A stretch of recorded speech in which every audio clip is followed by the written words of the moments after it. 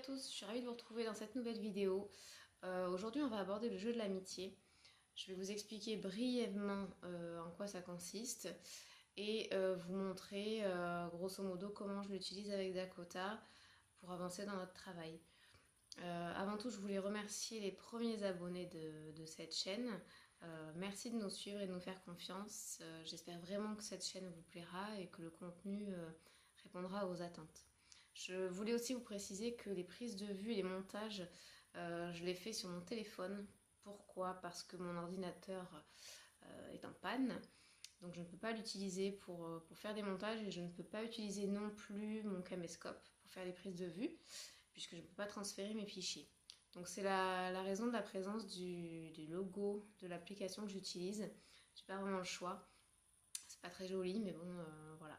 Dès que je pourrai, je ferai mieux. Voilà, en attendant, on passe à la suite.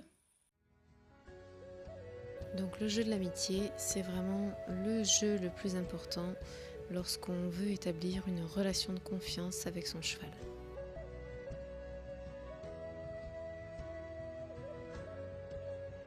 Alors pourquoi c'est le plus important? Parce que c'est ce jeu-là qui va vous aider à estomper gentiment les réactions craintives de votre cheval. Ce qu'on recherche dans ce jeu, c'est à désensibiliser gentiment l'animal et à lui apprendre à ne pas réagir instinctivement comme la proie qu'il est à la base et à réfléchir, à comprendre que la nouveauté n'est pas forcément synonyme de danger. Donc comme vous pouvez le voir, Dakota n'est pas spécialement perturbé par le stick et la cordelette, que ce soit en mouvement ou au toucher. Vous pouvez voir également ma posture qui est totalement différente du moment où je vais lui demander un déplacement. Ça c'est très important.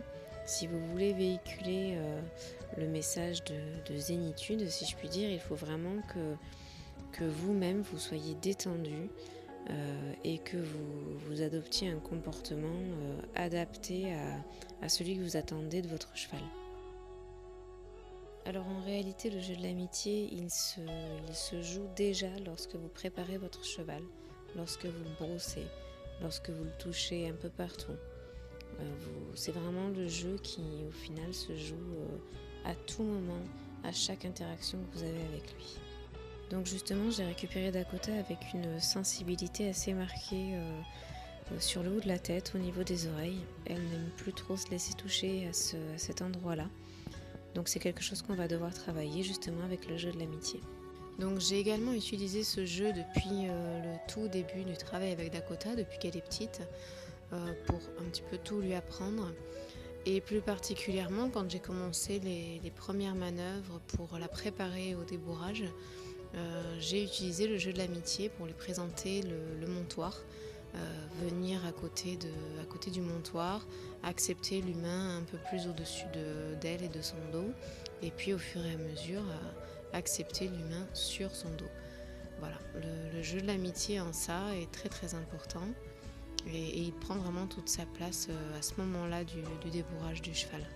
Et donc le jeu de l'amitié m'a aussi servi à lui présenter la selle, le sanglage et à refaire tout le travail qui a été un petit peu cassé lors de son absence.